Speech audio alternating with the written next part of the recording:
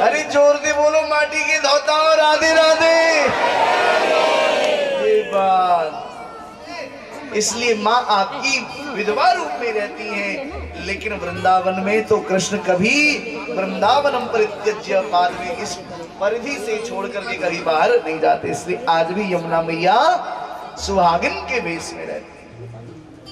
महाराज भगवान ने एक वृक्ष पर जाकर के विराम किया है, विश्राम किया है, और उस समय उद्धव के साथ एक सुंदर चर्चा प्रारंभ हुई, संवाद प्रारंभ हुआ। चूंकि कृष्ण के परम सखा हैं उद्धव, चर्चा प्रारंभ हुई, वो चर्चा हम करें। उससे पहले आओ थोड़ा हम आप अपनी चर्चा कर लेते हैं। प्यारों, मुझे श्रीमद् भागवत जी की कथा गाते हुए इस वर्ष 21 साल हो गए। कितने साल? 6 अगस्त 1989 का मेरा जन्मदिन है। 6 अगस्त 1989। 2002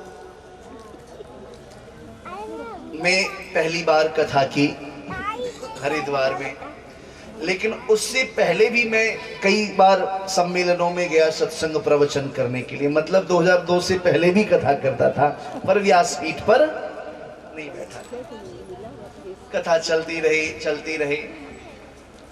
मन में भाव आता कि जो लोग जुड़ते जाएं, उनको थोड़ा थोड़ा जो रस मुझे मिला है वो रस उन्हें भी मिले।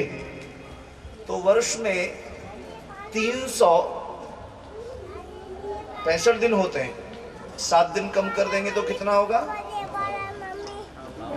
है 358। मेरा भाव ये रहा कि वर्ष में 355 दिन कुछ भी करें। 10 दिन जो है हम लोग किसी तीर्थ में चल करके आनंद लें।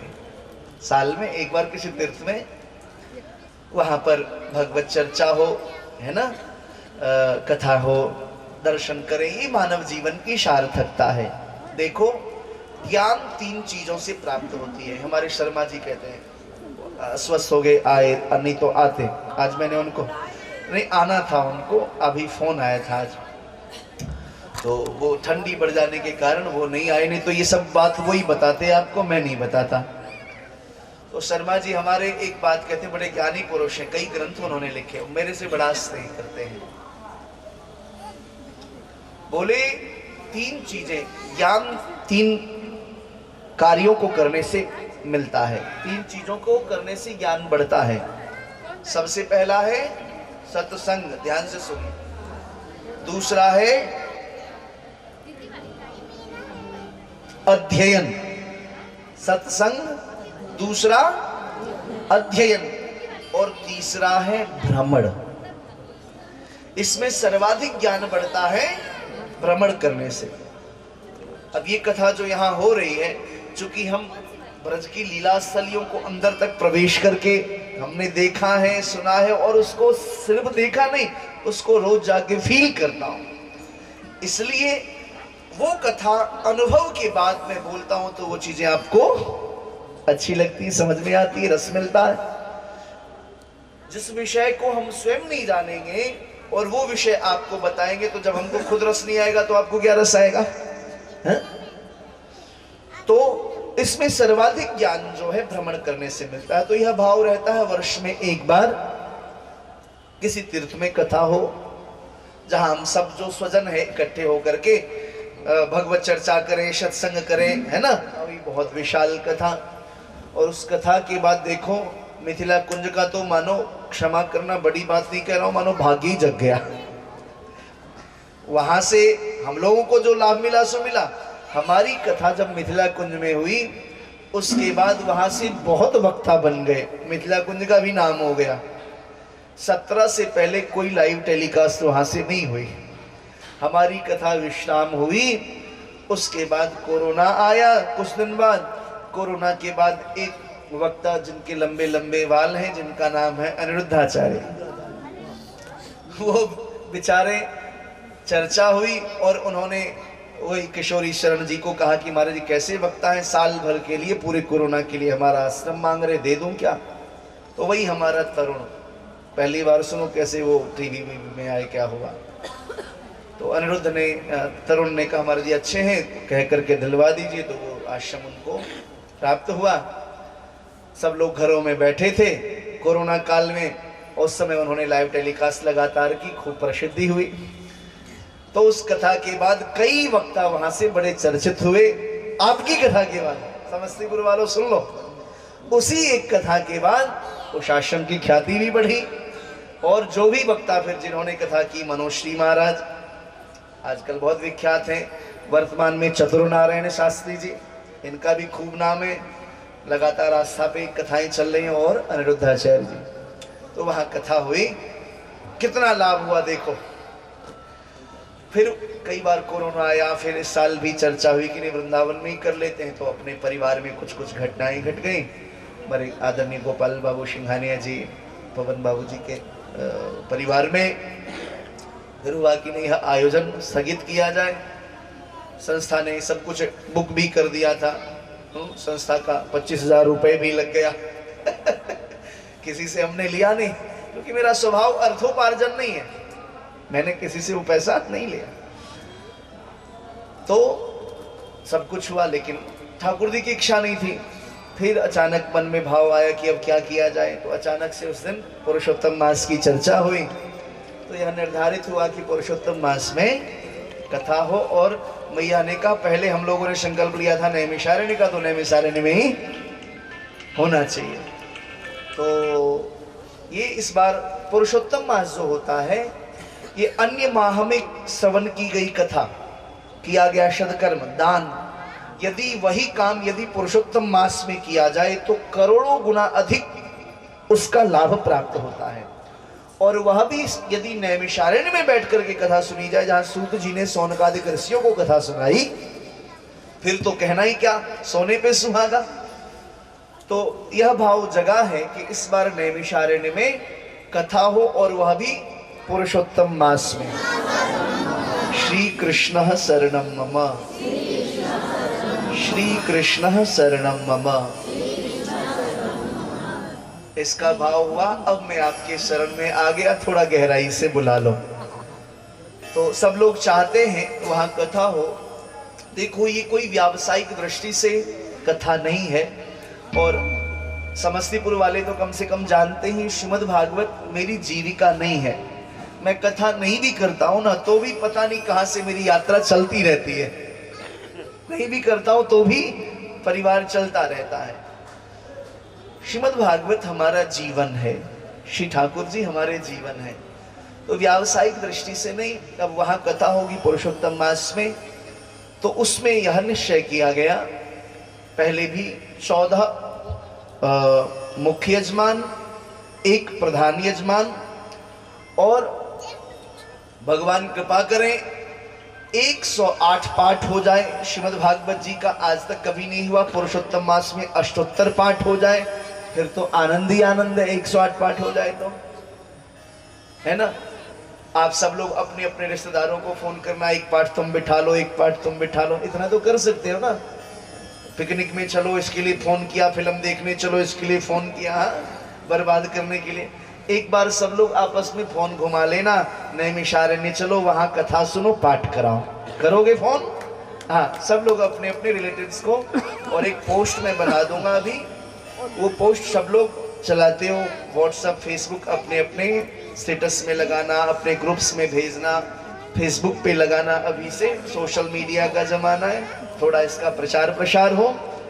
और मैंने सोचा है ये 1000 पर्ची छपवा करके मैं सिमरिया में भी रख आऊँगा, गुरुदेव भभूति के साथ। जितने भी लोग आएंगे सबको एक पर्चा भी बांटेंगे कथा का, वहाँ भी मैं लगवा दूंगा। यहाँ पर एक ठाकुरबाड़ी में भी बैनर लगवा देंगे, खाटू श्याम जी में भी, कि ज़्यादा आप लोगों को मेहनत नहीं करना पड़े।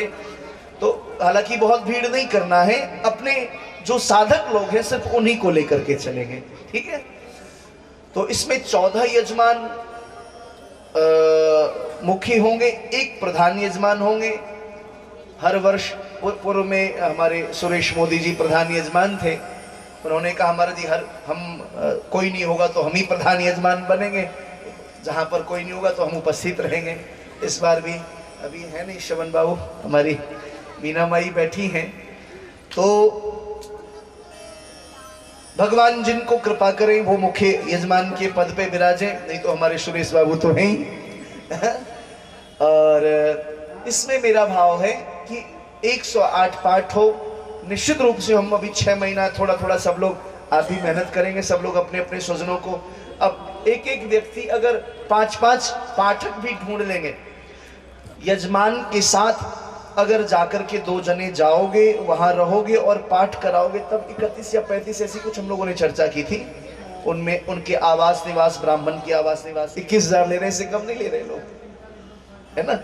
तो मूल अच्छा मेरी दृष्टि रहेगी, क्योंकि मैं स्वयं अष्टोत्तरों में कथा करने से पहले सैकड़ों अष्टोत्तरों में ब्राह्मण बन के गया हूं मैं, तो ब्राह्मण अच्छे ढूंढूंगा।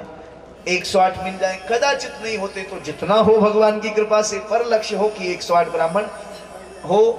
सब लोग थोड़ा थोड़ा, मेरा आग्रह, कभी आप लोगों से समस्तीपुर वालों कुछ मांगा नहीं मैंने कि हमें ये दे दो वो दे दो। कभी कथा के अलावा कभी किसी के घर में घूमने आता हूं क्या? कभी हमारे शिष्य हो, हमारे प्रेमी हो, वृंदावन में ये हो रहा है वो हो रहा है, कभी नहीं। पर हाँ, नैमिषारण्य में अष्टोत्तर हो, इसके लिए मैं आपसे फिर भी पीछे से नहीं आऊंगा, अभी कहता हूं। इसके लिए थोड़ा थोड़ा मेहनत करना, अपने स्वजनों को जोड़ना।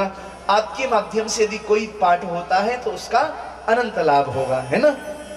तो इसके लिए 4-5 हम लोग यहाँ पर प्रमुख व्यक्तित्व जिम्मेदारी उनको प्रदान करेंगे। एक तो प्रमुख यजमान हमारे अटल बाबू हैं, तो अटल बाबू इस बार इस आयोजन में मुख्य भूमिका में आप भी रहेंगे। इनको भी मुख्य भूमिका में रखा जाए। श्रवण बाबू, हाँ मैया, एक बार अटल बाबू के लिए करतल ध्वनि। अच्छा, इस बार मुख्य भूमिका में वहाँ के भोजन की व्यवस्था को संभालते हमारे श्रवण बाबू, आप भी मुख्य भूमिका में रहेंगे। हमारे परम आत्मीय श्री जगदीश बाबू, जो कि हर समय हमारे साथ आपके का पूरा परिवार, ध्यान से थोड़ा श्रवण करें। हमारे जगदीश बाबू सदैव खड़े रहते हैं। वृंदावन में भी भूमि ली गई तो उसमें भी हमारे प्रकाश जी ने वहाँ पर 51,000 रुपये भेजा, वो रजिस्ट्री होनी थी ना, संजय भैया ने भी, सब लोगों ने किया। आज वहाँ गाय की सेवा हो रही, बाबूजी बड़े मनोयोग से गौ सेवा कर रहे हैं। हमारे श्रवण बाबू देख करके आए, भगवान की कृपा रही। तो इस बार उसको मैंने सोचा, बहुत ठंड बढ़ी थी, तो मैंने सोचा वहाँ पर अब गोपाल जी कहीं लेके जाऊं, ये मेरी भावना अब कम रह रही है। तो मैं अपने गोपाल जी को वहीं स्थापित करना अब चाहता हूँ। वृंदावन में तो एक छोटा सा मंदिर हो जाए एक हॉल में, और वहीं पर गौ माता की छोटी सेवा हो। उसमें एक छोटा सा हॉल भी बनना है। आप नैमिषारण्य में इसकी चर्चा आप सबसे करूँगा। तो इसमें जगदीश बाबू और कौन लोग हैं? नहीं, ये तो वहां पर रहेंगे, सब कुछ संभालेंगे, देखेंगे। गप्पू बाबू, काफी हमारे जो बुधोलिया जी को भी जोड़ लीजिएगा, वो भी चले, कहिएगा उनको। महाराज जी ने आग्रह भी किया है और आदेश भी दिया है, वो भी आ जाए। जो लोग भी, गोयनका जी, उमेश बाबू आ जाए थे, उनको मैंने कह दिया है, वो भी रहेंगे, है ना। तो सब लोग मिल करके वहां इस कथा को मूर्त रूप देंगे। अभी से इसकी तैयारी की जाए। इसमें यजमानों के लिए जो सिर्फ पाठ कराएंगे 11,000 रुपये, आवास निवास जो होगी 2 जनों के आवास निवास और 1 ब्राह्मण पाठ, ये 35 या 31,000। तो कितना है? 32 है। अच्छा, 25 है। नहीं नहीं नहीं नहीं, खाली तो यजमान बनेंगे, वो तो 14 यजमान अलग बनेंगे ना, वो पूजन वाले होंगे। मैं अष्टोत्तर वाले की बात कर रहा हूँ। तो जो 14 यजमान होंगे उस पर उनका रेट घटा दिया। पिछली बार 70,000 था। सुनो, ऐसा वक्त आपको मिलेगा नहीं। हाँ, देखो इतनी महंगाई बढ़ रही है, इतनी महंगाई बढ़ रही है। आपने कपड़े का रेट बढ़ा दिया, किराया बढ़ा दिया, सब बढ़ा दिया। पिछली बार उस यजमान का मूल्य था 70,000। इस बार हमने कहा कि 5 साल लेट हुआ, पता नहीं क्या चक्कर है। सबने कहा, मैया ने कहा कि नहीं तो कुछ कम ही करो, पर हो तो उसको आधा कर दिया मात्र। कुछ घटेगा बढ़ेगा तो देख लेंगे, आपसे आग्रह कर लेंगे उस जगह पर, है ना। आप जानते हो मैं आग्रह करूंगा तो रोकोगे नहीं। इस बार मात्र 45 या 51 हजार रुपए ऐसा कुछ एक यजमान का रखा गया है, जो जजमान पूजा कराएंगे और मुख्य जजमान का जो इच्छा होगा वो निर्धारित हो जाएगा।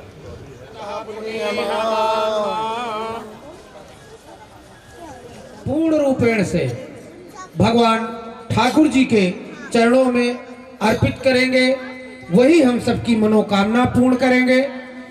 तो आइए जो मुख्य यजमान हैं आ जाए आगे और ठाकुर जी में श्रीमद् भागवत महापुराण में श्रीफल पवित्रीकरण करा दिया। हाँ जी ठीक, तो एक बार पुष्प देके ध्यान करा दीजिए ना ऐसे। आ जाओ आप आ जाओ ना। श्रवण बाबू, वो क्या नाम है, सुरेश बाबू नहीं, आप आ जाओ। ओम मैया को दे देना।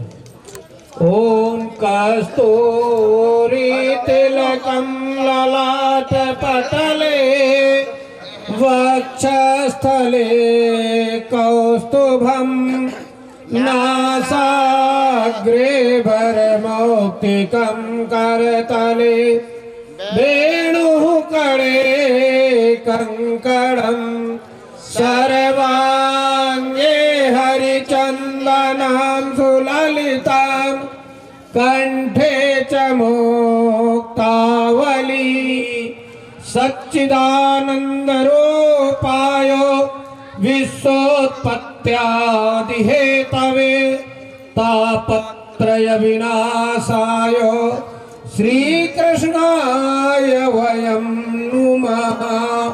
ओम श्री बाके बिहाणे नमः। श्रीमद्भागवत महापुराणाय नमः।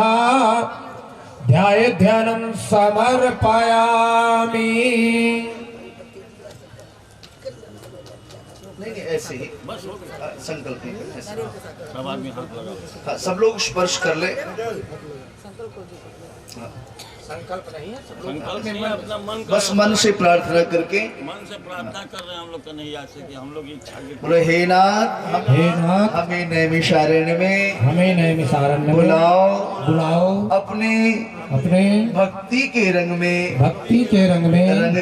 रंग कर श्रीमद् भागवत कथा का आश्रय प्रदान कर हमारे जीवन को भक्ति ज्ञान वैराग्य वैभव से परिपूर्ण करो। श्री भागवत भगवान की जय। बोले भागवत भगवान की, बोले व्यास जी जय जय श्री राधे।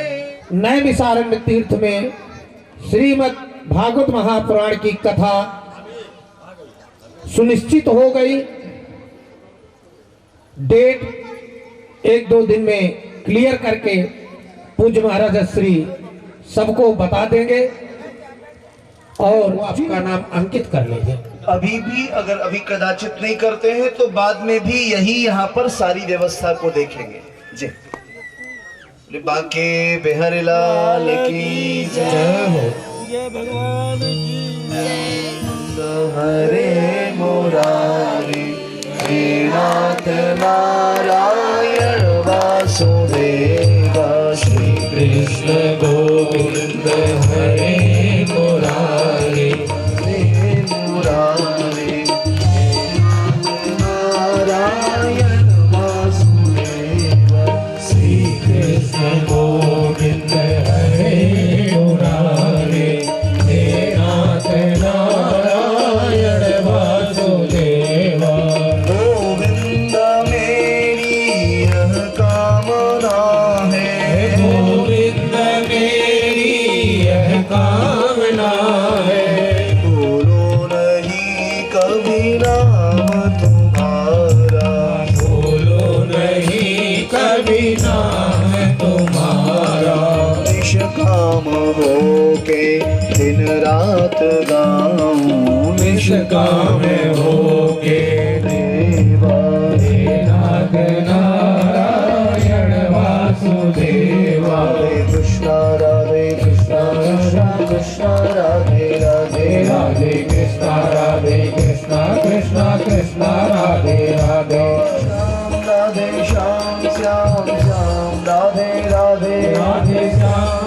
श्याम श्याम श्याम राधे राधे राधे कृष्ण कृष्ण राधे राधे राधे कृष्णा कृष्ण कृष्ण राधे राधे राधे श्याम श्याम श्याम राधे राधे राधे श्याम राधे।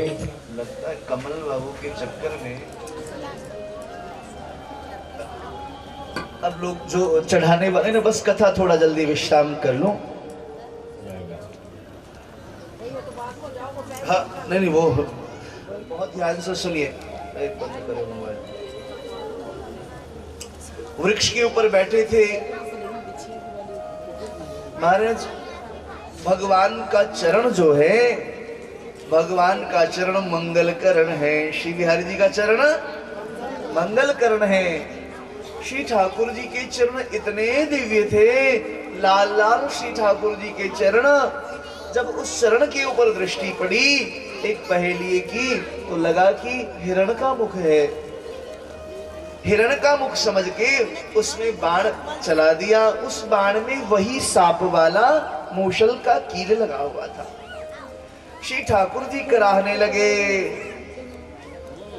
पहेलिया आया, चरणों में गिर गया, सरकार क्षमा कर दें, भूल हो गई मुझसे। भगवान ने कहा नहीं, ये व्यक्ति को अपने प्रारब्ध के अनुसार भोग मिलता है।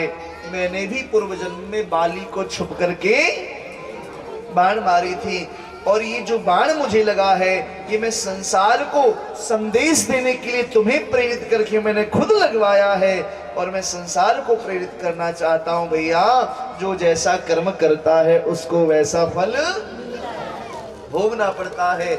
जब मैं स्वयं कृष्ण मुझे भोगना पड़ रहा है, तो साधारण जीव किस खेत की मूली है। इसलिए कृतम कर्म शुभाशुभम, हम सुंदर कर्म करें, मन से वचन से कर्म से सबके हित की कामना करें। उनको भक्ति का वरदान दिया। उद्धव आए, सरकार अब आप चले जाओगे तो हमारा क्या होगा? तो बोले ज्ञान का आश्रय लेना, तुम तर जाओगे। बोले ज्ञान कहां से मिलेगा? बोले बस अपने शरीर को दिव्य बना के रखना, ज्ञान तो तुम्हें गुरु प्रदान कर देंगे। पूर्व काल में हमारे पूर्वज हुए श्री यदु जी महाराज, एक बार उनकी भेंट एक निर्जन वन में एक संत से हुई, जिनके 3 मुख थे, 3 की 4 मुख। दत्तात्रेय जी के कितने मुख? 3 की 4, 3 ही है। दत्तात्रेय जी महाराज वो 5 श्वान को लेकर के भ्रमण कर रहे थे। यदु जी से भेंट हुई तो यदु जी ने पूछा, महाराज इस निर्जन वन में आसपास में कोई भी गांव नहीं है, आप क्या खाते पीते हो? आप भी हृष्ट पुष्ट हो और कुत्ते भी हृष्ट पुष्ट हैं। बोले मैंने ज्ञान का आश्रय लिया है, जिसने ज्ञान का आश्रय लिया वो कभी दुखी नहीं होता है। बोले वो ज्ञान कहां से आपने प्राप्त किया? बोले मैंने मेरे जीवन में 24 गुरु बनाए। गुरु एक ही होने चाहिए, दीक्षा प्रभाव में आकर के मत लेना चाहिए। दीक्षा जब भी लीजिए यह देख करके कि अगले व्यक्ति जिनसे हम गुरु दीक्षा प्राप्त कर रहे हैं, कृपा की उनको कितनी अनुभूति है ना? पानी पियो छान के, गुरु करो जान के। गुरु जो है वो अज्ञानांधकार से हमें प्रकाश की ओर ले जाते हैं।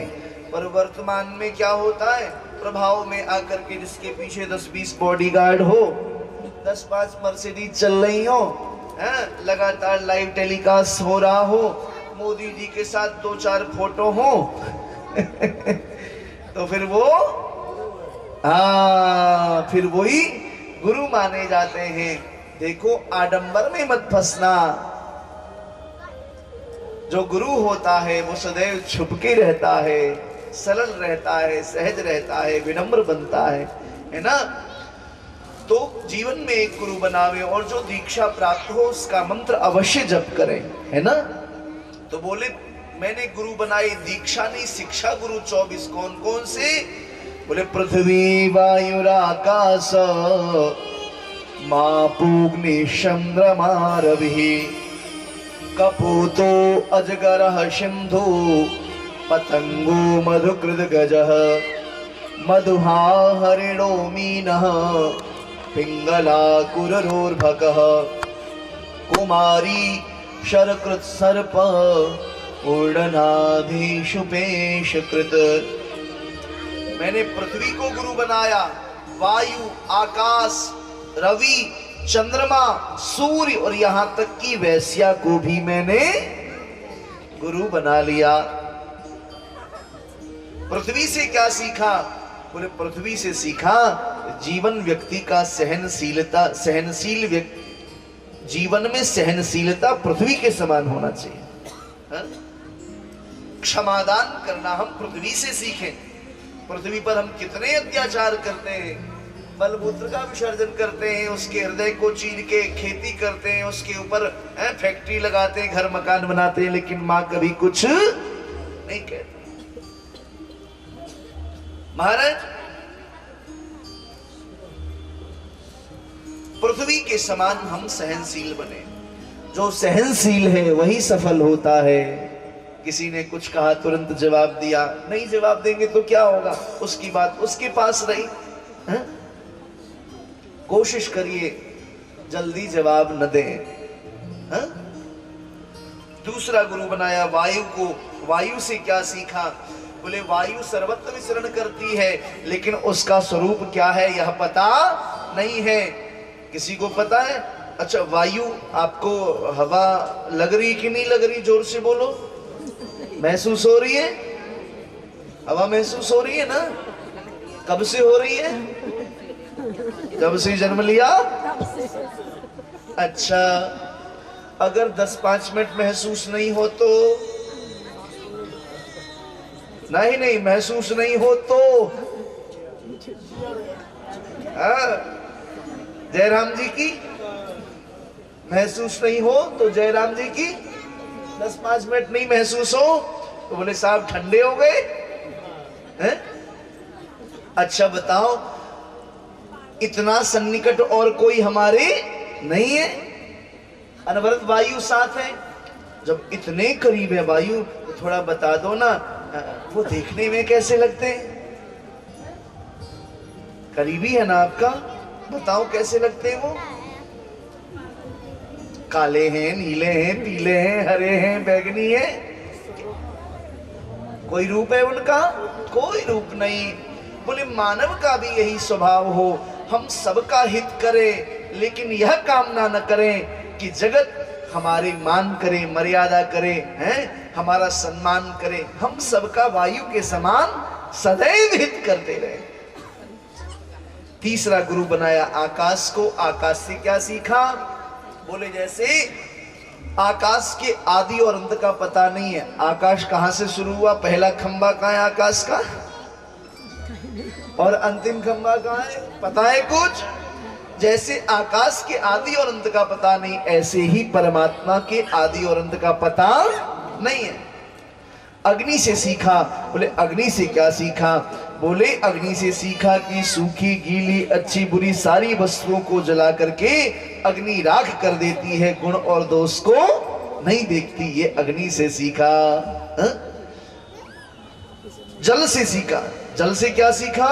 बोले जल से मनुष्य को शुद्ध और पवित्र विचार रखने चाहिए। चंद्रमा से क्या सीखा? बोले व्यक्ति का वाणी चंद्रमा के समान शीतल होना चाहिए। कड़वा मत बोलिए, ऐसी वाणी बोलिए मन का आपा खोए, औरन को शीतल करे आप शीतल हो।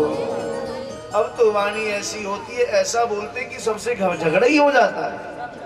तो दिव्य जीवन बनने के लिए वाणी नियंत्रित हो, मधुर वाणी हो।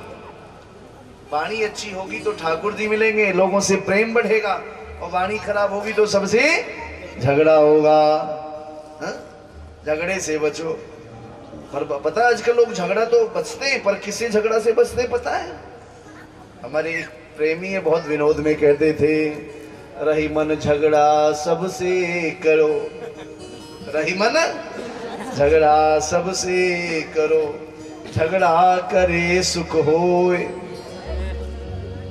पर वाते झगड़ा मत करो, जो तुम ते तगड़ा होए।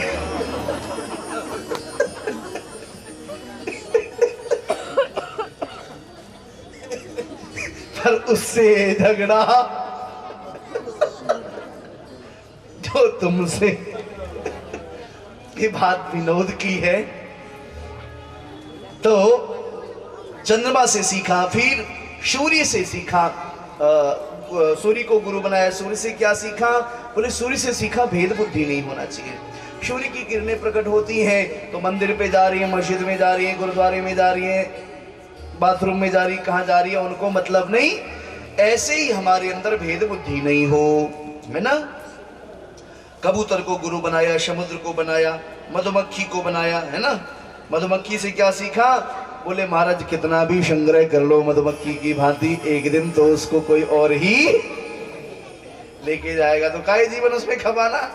तो जीवन का जो परम चरम उद्देश्य थोड़ा समय उसमें भी लगाना है, भगवत प्राप्ति उसमें भी समय लगाना है। हाथी को गुरु बनाया। ऐसे करके बहुत सुंदर ढंग से 24 गुरुओं की चर्चा की है। बाद में उद्धव कृष्ण का संवाद हुआ है लगभग 13 अध्याय में। बद्ध और मुक्त पुरुष के लक्षण क्या हैं यह बताई है। भक्ति योग, हंसोपाख्यान, सिद्धियों के नाम, ध्यान योग, विभूतियों का वर्णन, वर्णाश्रम धर्म का वर्णन किया है। वर्णाश्रम में किसकी कितनी आयु है यह बताई है। ज्ञान और विज्ञान के निरूपण के विषय में भगवान ने बताया है। तत्वों की चर्चा भगवान ने की है। अर्जुन उद्धव के सामने में भिक्षु गीत गाया है ना। 3 गुण हैं, सतोगुण, रजोगुण, तमोगुण। इन 3 गुणों की चर्चा की है, उद्धव को समझाया और भगवान ने अंतिम उपदेश दिया है। अर्जुन, अंतिम उपदेश भगवान उद्धव को कर रहे हैं, थोड़ा ध्यान से सुनिए। 11वें स्कंद के 29वें अध्याय का 9वां श्लोक भगवान कहते हैं उद्धव से, कुर्यात् सर्वाणि कर्माणि मदर्थम सनकै स्मरन् मय्यर्पित मनश्चित्तो मद्धर्मात्मनोरतिः। भगवान कहते उद्धव, मेरा भक्त मुझे मन और चित्त अर्पण करके आत्मा तथा मन को मेरे धर्म में लगाकर धीरे धीरे मेरा स्मरण करके मेरे ही प्रीत्यर्थ अर्थात मेरे ही प्रसन्नार्थ सभी कर्मों को करे, मैं उस जीव को सफलता भी प्रदान करता हूँ और एक दिन उसको अपने धाम में स्थान प्रदान करके उसे हृदय में धारण कर लेता हूँ। भगवान का बोले ऐसी अवस्था में कुछ ही दिनों में उस जीव का चित्त मुझ में लग जाएगा। अनासक्त भाव से मेरा चित्त अहित व फल की कामना त्याग कर्म करने वाले का मन मुझ में रम जाता है। जो अनासक्त भाव से कर्म करता है उसका मन हमारे में लग जाता है। इस प्रकार से भगवान ने सुंदर उपदेश किया है उद्धव को।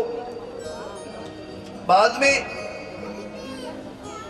यदुकुल के संहार की सारी चर्चा होने के पश्चात अंत में श्री सुखदेव भगवान कहते हैं, अथ तत्रागमद ब्रह्मा भवान्याच समं भवः महेन्द्र प्रमुखा देवा मुनयः सप्रगेश्वराः। महाराज उसी समय देखते देखते भगवान के हृदय से, थोड़ा ध्यान से सुने, एक दिव्य ज्योति निकली है। उद्धव जी के मस्तक पर एक ग्रंथ है और वह दिव्य ज्योति उस ग्रंथ में समाहित हो गई है। संत कहते हैं वो ग्रंथ कोई और नहीं, उसी ग्रंथ का नाम है श्रीमद् भागवत महापुराण। बोली भागवत भगवान की। इसी के साथ 11वां स्कंद पूरा हुआ। 12वें स्कंद में भगवान सुखदेव कहते हैं, सुधामानुगते कृष्णे यदुवंश विभूषणे कश्यप वंशो भवत् पृथ्व्याम एतदात क्षमे मुनः। आपका पाठ हो गया पूरा? ठीक। महाराज भगवान सुखदेव कहते हैं कलयुग के राजाओं के वंश के संदर्भ में बोले, तुमको मैंने 9वें स्कंद में जरासंध के पिता बृहद्रथ के वंश में अंतिम राजा पुरंजय होगा, जिसको महाराज जी बैठने दीजिए। हाँ, बेटा बैठो, जगदम्बा बिठा लीजिए उसको।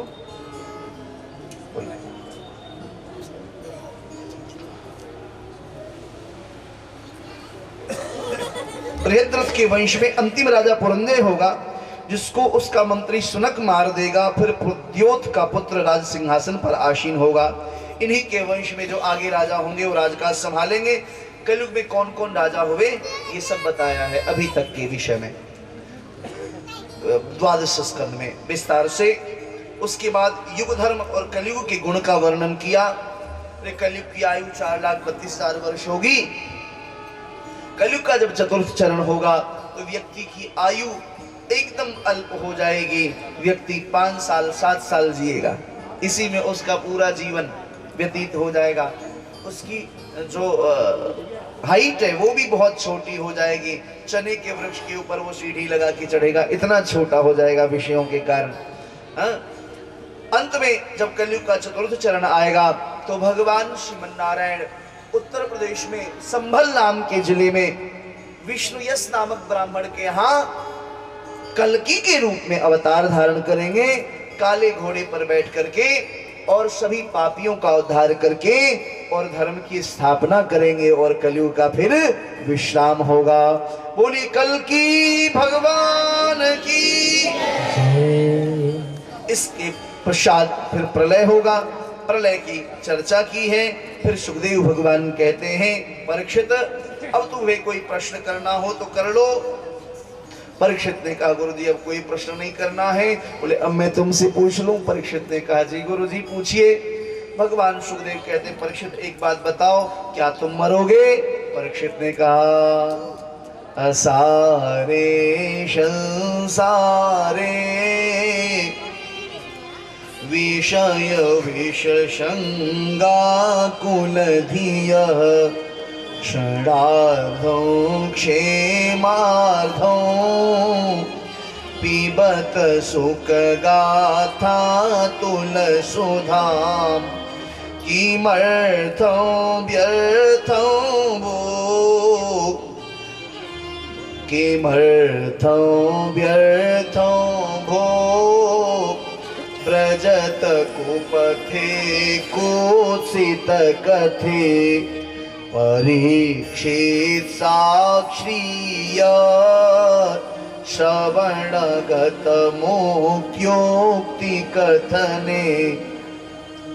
बोले गुरुदेव संसार असार है, इसमें कोई सार नहीं।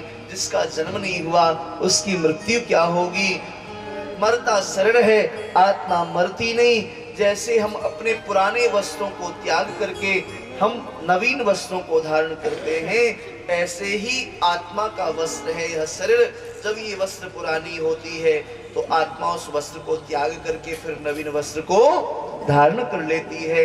गुरुजी ये शरीर नष्ट होगा, मैं नष्ट नहीं होगा।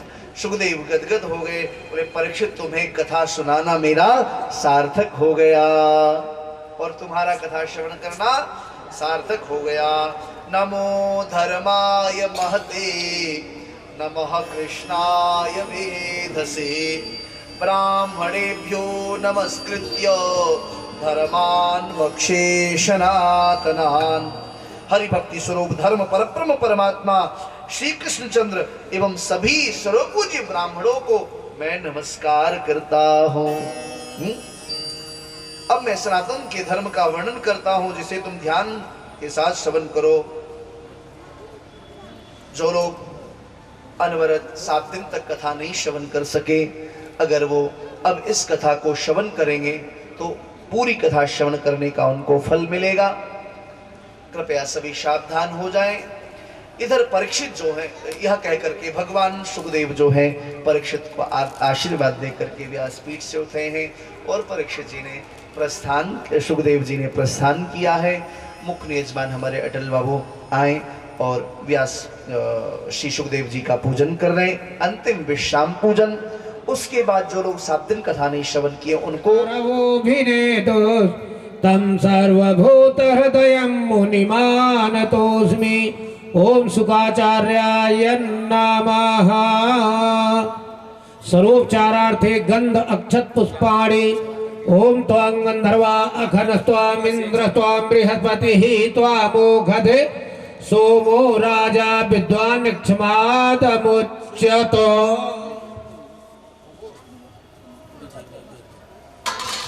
नैवेद्यं निवेदयामि तुदीयं वस्तु गोविंद तुभ्यमेव समर्पयेत्। ग्रहाण सुमुखो भुक्त्वा प्रसीदः परमेश्वरो। नैवेद्यान्ते तिराचं मुत्रा पूषणं मुख प्रक्षालनम् हस्तौ प्रक्षालनम् समर्पयामि। मुखवासार्थे इलालवंगादिशति। विदाई की दक्षिणा सुखदेव जी को प्रदान करें। ओम हिरण्यगर्भ गर्भस्थं हेम बीजं विभावसो अनंत पुण्य फलतः अतः शांतिं प्रयच्छ मे। आसाय विष्णु रूपाय व्यास रूपाय विष्णवे नमो वै ब्रह्म विदये वासिष्ठाय नमो नमः। नमो धर्माय महते नमः कृष्णाय वेधसे। ब्राह्मणेभ्यो नमस्कृत्य धर्मान् वक्षे सनातनान्। गुरुर्ब्रह्मा गुरुर्विष्णु गुरुर्देवो महेश्वरः गुरुर्साक्षात् परब्रह्म। अटल बाबू को रूप को धारण करके प्रवेश कर गया है। वह पुष्प संयोग से परीक्षित जी को भेंट किया गया। तक्षक उसमें से निकला है और देखते देखते उसने परीक्षित जी को डस लेना है। लेकिन तक्षक डसता उससे पहले अध्यात्म की इतनी उत्कर्ष अवस्था को प्राप्त किया परीक्षित जी ने। तक्षक के डसने से पहले एक दिव्य ज्योति निकली है और श्रीमद् भागवत जी में श्री कृष्ण के चरणारविंद में समाहित हो गई है। काल के गाल में समाने से पूर्व परीक्षित श्री कृष्ण के चरणों में प्रवेश कर गए हैं। बोलिए भागवत भगवान की। मृत्यु परीक्षित जी का श्रीमद् भागवत की कृपा से महोत्सव बन गया है। मरते तो सब हैं, लेकिन श्रीमद् भागवत का आश्रय लेने से आज भी परीक्षित जी की मृत्यु की चर्चा हो रही है और जब तक युग रहेगा तब तक उनकी चर्चा होती रहेगी। यह हो गई सुखदेव और परीक्षित जी का संवाद। सूत जी महाराज व्यासपीठ पर विराजमान है, सामने में शौनकादिक ऋषि विराजमान है। महाराज अब यहाँ पर इन्होंने श्रीमद् भागवत जी का उपसंहार श्रवण कराया है। जो लोग 7 दिन कथा नहीं श्रवण कर सके, अगर वो अभी ये 5-7 मिनट की कथा श्रवण करेंगे, उन्हें पूरी कथा श्रवण करने का फल मिलेगा। सब शांति से बैठ जाएं, रीढ़ की हड्डी सीधी, नेत्र बंद करें, हाथ जोड़ करके ध्यान करें। हे सरकार, हम सब पर कृपा करें और इस कथा को जो 7 दिन हमने श्रवण किया, इसके माध्यम से भक्ति के रूप में आप मेरे हृदय में विराजें। इस भाव के साथ इस 5-6 मिनट की कथा को हम सभी श्रवण करें। योऽन्तः प्रविश्य मम वाचमिमां प्रक्षुब्धां सञ्जीवयत्यखिल शक्तिधर स्वधाम्ना अन्यासहस्रचरणश्रवणत्वगादीन् प्राणान् नमो भगवते पुरुषाय तुभ्यम्। हम सभी पिछले 7 दिनों से श्रीमद् भागवत जी की कथा श्रवण कर रहे थे। श्रीमद् भागवत में 335 अध्याय हैं, 12 स्कंद हैं, 18,000 श्लोक है। प्रथम स्कंद में 19 अध्याय हैं। इस स्कंद में भक्ति ज्ञान वैराग्य का प्रकरण, आत्मदेव का पुत्र मोह महात्म्य में गोकर्णोपाख्यान के पश्चात श्री नारद जी का प्रसंग, वेद व्यास जी का असंतोष, परीक्षित जी को साथ और श्री सुखदेव के साथ संवाद प्रथम स्कंद में प्रारंभ होता है। द्वितीय स्कंद में योग धारण, नारद ब्रह्मा संवाद, अवतार वर्णन, प्राकृतिक सृष्टि, विराट स्वरूप और सृष्टि के उत्पत्ति का वर्णन है। इसमें 10 अध्याय हैं। तृतीय स्कंद में विदुर उद्धव संवाद, विदुर मैत्रेय संवाद, पुराण संहिता की चर्चा, हिरण्याक्ष के उद्धार की कथा, मनु शतरूपा प्रकरण, करदम प्रजापति चरित्र, मनुपत्नियों के चरित्र का वर्णन, कपिल देवहूति संवाद की चर्चा तृतीय स्कंद में है। इसमें 33 अध्याय हैं। चतुर्थ स्कंद में 31 अध्याय हैं।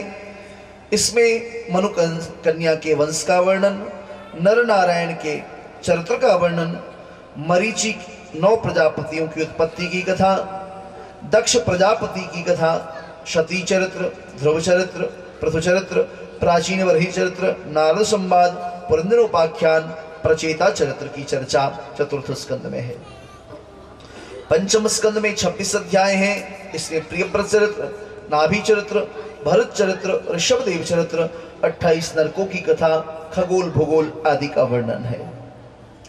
षष्ठ स्कंद में 19 अध्याय हैं। इसमें प्रचेताओं से दक्ष की उत्पत्ति, दक्ष पुत्रियों की संतान, वृत्रासुर का प्रकरण, इंद्र द्वारा उसकी सदगति की चर्चा है।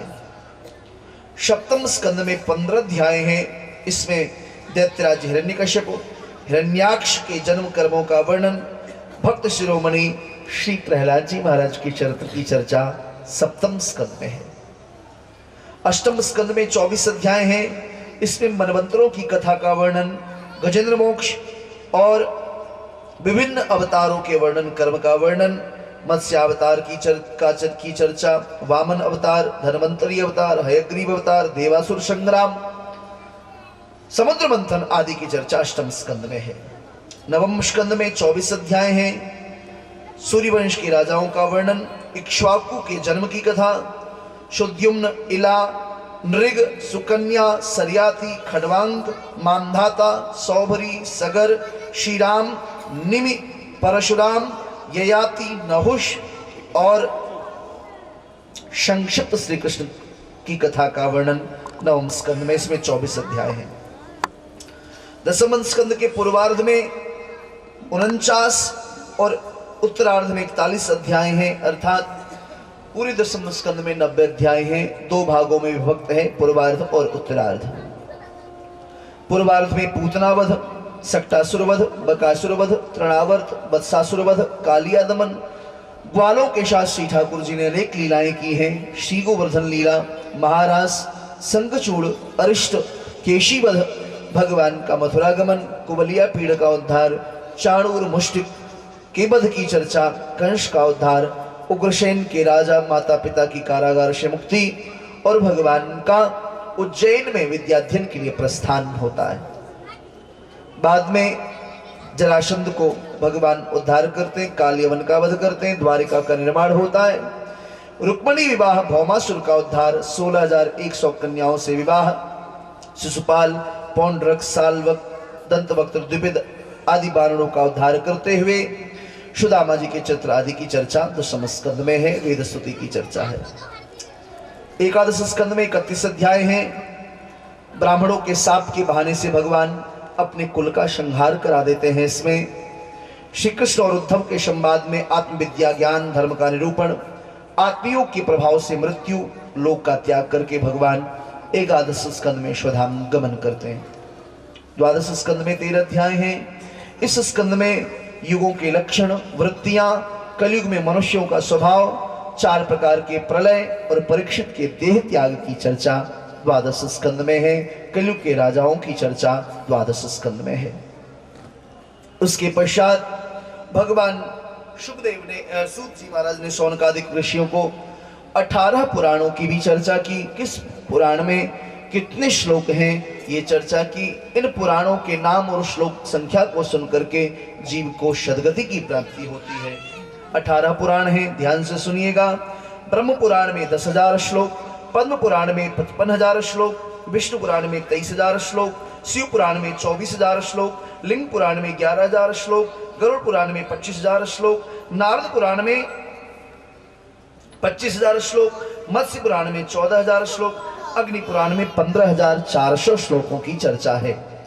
मार्कंडेय पुराण में 9,000 श्लोक, वामन पुराण में 10,000 श्लोक, वाराह पुराण में 24,000 श्लोक, श्रीमद् भागवत पुराण में 18,000 श्लोक है। कर्म पुराण में 17,000 श्लोक, ब्रह्मांड पुराण में 12,000 श्लोक, स्कंद पुराण में 21,100 श्लोक, भविष्य पुराण में 14,500 श्लोक, ब्रह्म वैवर्त पुराण में 18,000 श्लोक। और इस प्रकार से इनमें श्रीमद् भागवत पुराण में श्री कृष्ण एवं गोप ग्वालियों की चर्चा है। 6 उप पुराण है, गणेश पुराण, नरसिंह पुराण, कल्की पुराण, कपिल पुराण, दत्त पुराण और एकाग्र पुराण। जो जो इन कथाओं का आश्रय लेता है उनका कल्याण होता है। भागवत की महिमा के संदर्भ में कहा है, निमग्ना नाम यथा गंगा, देवा नाम अच्युतो यथा, वैष्णवा नाम यथा शंभु, पुराणा नाम इदं तथा। नदियों में जैसे गंगा श्रेष्ठ है, देवताओं में अच्युत भगवान विष्णु श्रेष्ठ है, वैष्णवों में शंकर जी श्रेष्ठ हैं, उसी प्रकार पुराणों में श्रीमद् भागवत भगवान श्रेष्ठ हैं। बोलो भागवत भगवान की। श्रीमद् भागवतम यत्र श्लोकम श्लोकार्धमेव च तत्रापि भगवान कृष्णो बल्लवीर विराजते। जहां पर श्रीमद् भागवत के एक ही आधा श्लोकों का पाठ होता है वहां श्री कृष्ण अपनी प्रियतमा गोपियों के साथ नित्य विराजमान रहते हैं, ऐसा श्रीमद् भागवत जी कहते हैं। योगिंद्राय नमस्तस्मै सुखाय ब्रह्मरूपिणे संसार सर्वदष्टम यो विष्णुराज मोचत। मानव जनों पाकर भी जिन लोगों ने पाप के अधीन होकर श्रीमद् भागवत नहीं सुनी, उन्होंने अपने मानव जन्म को अपने ही हाथों हत्या कर ली, ऐसा सूत जी महाराज कह रहे हैं।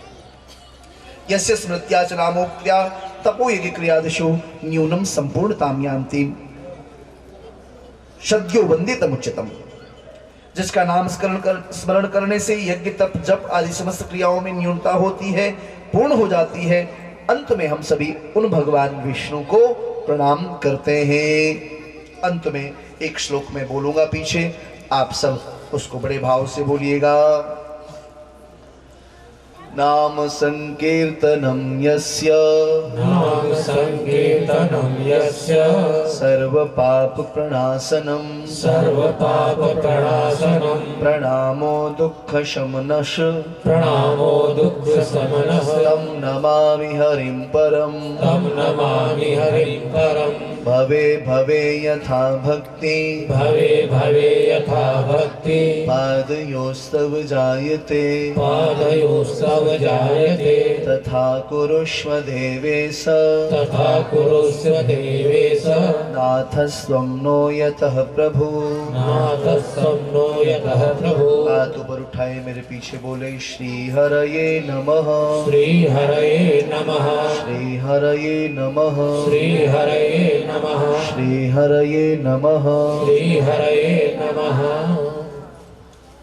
ये पूरी कथा श्री ठाकुर जी के श्री चरणों में समर्पित करता हूँ और प्रार्थना है सरकार हमारे अटल बाबू, श्याम बाबू, श्री कृष्ण मोदी जी के समस्त पितरों को अपने श्री चरणों में इस कथा के फलश्रुति के फलस्वरूप उनको मुक्ति और अपने श्री चरणों में स्थान प्रदान करें और इस परिवार को अपनी भक्ति, यश, कीर्ति, वैभव प्रदान करें, ऐसी प्रार्थना।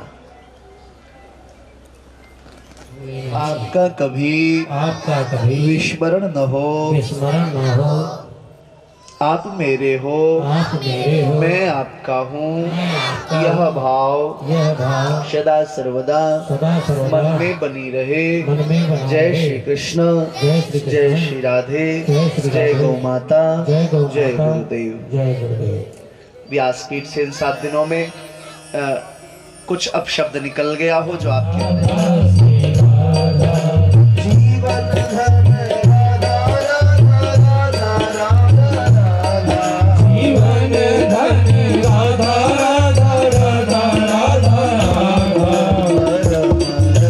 राधा श्री राधा श्री राधा, परम धन राधा श्री राधा श्री राधा, हमारो धन राधा श्री राधा श्री राधा, हमारो धन राधा श्री राधा श्री राधा।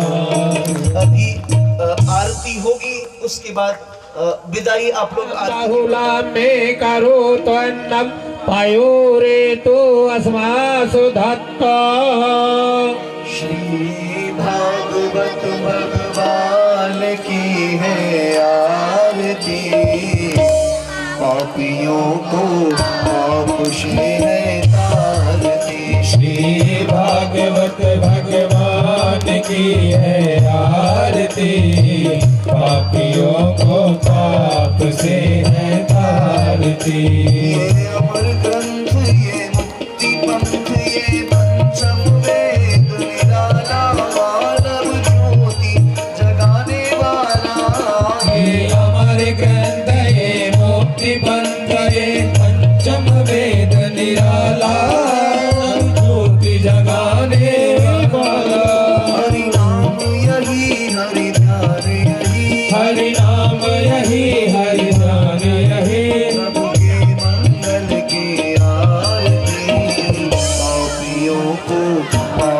से है तारती। श्री भागवत भगवान की है आरती, पापियों को पाप से है तारती। ये शांति गीत पावन पुनीत पापों को मिटाने वाला, हरि दर्श कराने वाला। ये शांति गीत पावन पुनीत पापों को मिटाने वाला, हरि दर्श कराने वाला। ये सुख करनी ये दुख हरनी, ये सुख हरनी ये दुख हरनी, श्री मधुसूदन की आरती। पापियों को पाप से तारती। श्री भागवत भगवान की है आरती, पापियों को पाप से है तारती। ये मधुर बोल मधुकैठ बोल, सन्मार्ग बताने वाला, बिगड़ी को बनाने वाला। ये मधुर बोल मधुकर बोल, सन्मार्ग बताने वाला, बिगड़ी को बनाने वाला। श्री राम यही घनश्याम यही, घनश्याम यही, प्रभु के महिमा की आरती। पापियों को पाप से है तारती। भागवत भगवान की पापियों को पाप से है तारती।